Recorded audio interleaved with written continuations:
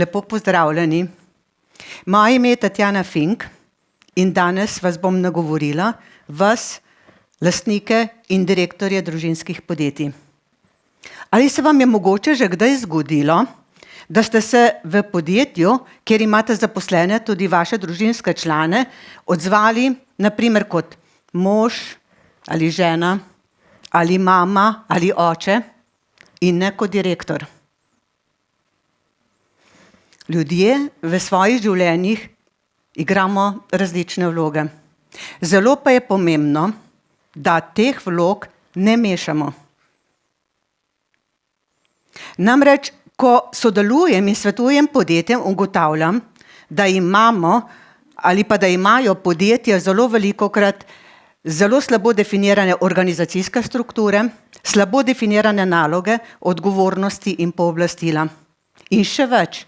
In še posebej v družinskih podjetjih opažam, da se zelo mešajo vloge, in sicer tiste privatne in tiste, ki so povezane s poslom. In če ti temelji, o katerih sem zdaj govorila, niso dobro postavljeni, potem ima podjetje zelo slabo priložnost, da lahko razvije dobro in močno razvojno zgodbo. Zaradi tega se dogaja v podjetjih, da so sistemi zelo majavi. In najbrž ste že kdaj začutili ali pa srečali podjetje ali pa imate celo izkušnjo v svojem podjetju, da so zaradi tega ljudje nezadovoljni, da ne dosegate take rezultate, kot bi jih lahko. In pa predvsem, kar je zelo pomembno tudi za vas kot direktorje, da so vodje popolnoma nemočni. In sicer zaradi tega, ker take situacije povzročajo dinamike, ki škodujejo celotnemu procesu in celotnemu razvoju podjetja. In verjamem vam, da si zelo želite, da boste tudi svoje naslednike vključili v svoje poslovanje in da bodo nadaljevali vašo uspešno zgodbo. Kajti namreč zelo pogosto srečujem ljudi, direktorje, lastnike teh družinskih podjetij, ki menijo, da je njihovo poslanstvo samo to, da bodo predali lastništvo teh podjetij svojim naslednikom. Ampak to še zdaleč ni dovolj. In kje je rešitev? V dobrih, odličnih, kompetentnih vodjih, ki znajo jasno definirati naloge in odgovornosti zaposlenih in sicer na vseh nivojih. Zaradi tega je nujno potrebno, da prepoznamo nekatere modele, ki so pomembni, da boste vi lahko svoje naslednike usposobili, da bodo sposobni v naslednjih letih prevzeti vaše vloge. Tu je seveda ogromno enih orodij, ki si jih lahko poslužujete, ampak najbolj celovito orodje, ki sem ga v svoji praksi prepoznala, pa je evropski model poslovne odličnosti.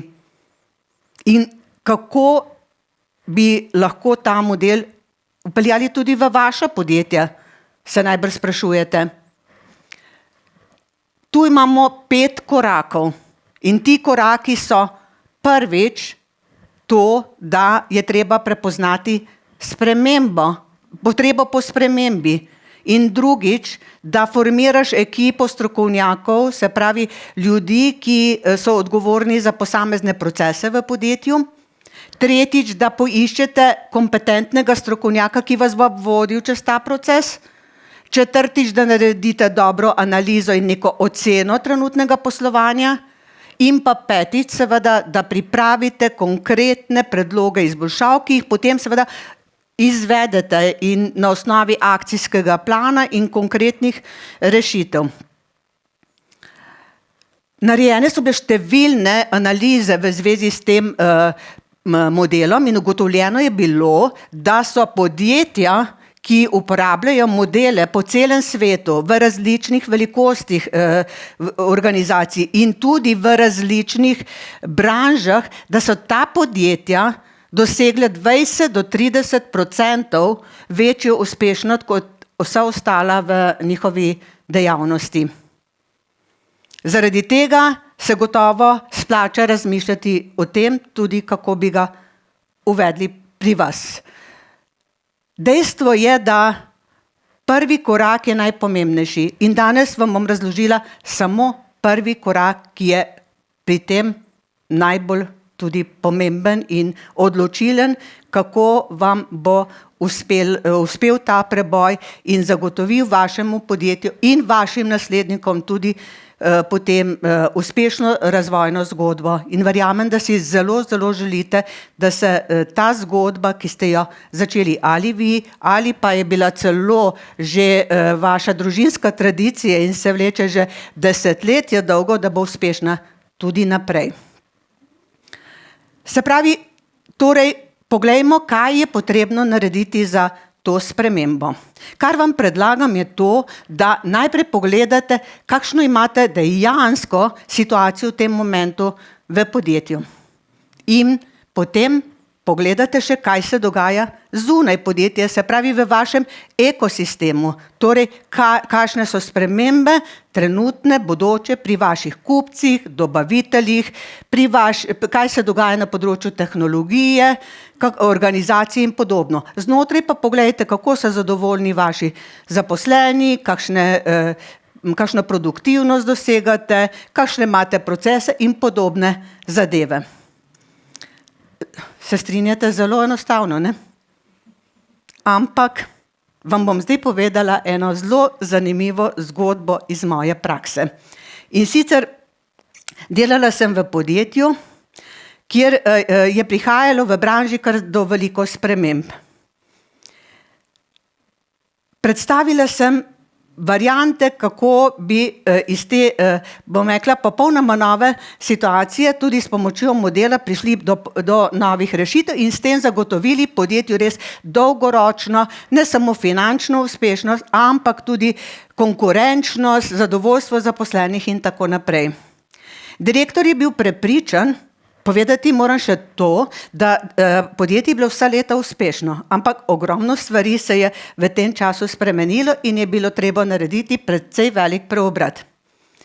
In direktor je bil prepričan, da na tak način, kot smo sedaj delali, bomo lahko delali in bomo uspešni tudi naprej.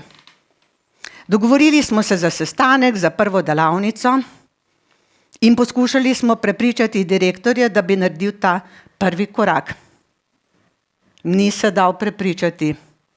Nič ni pomagalo.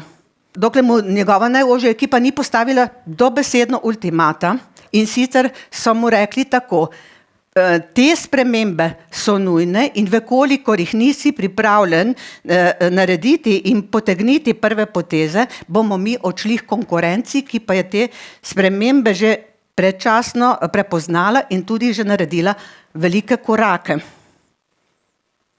Direktor ni odgovoril nič. Vstal je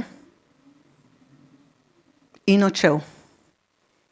Mi smo se spogledali in nastala je čista tišina.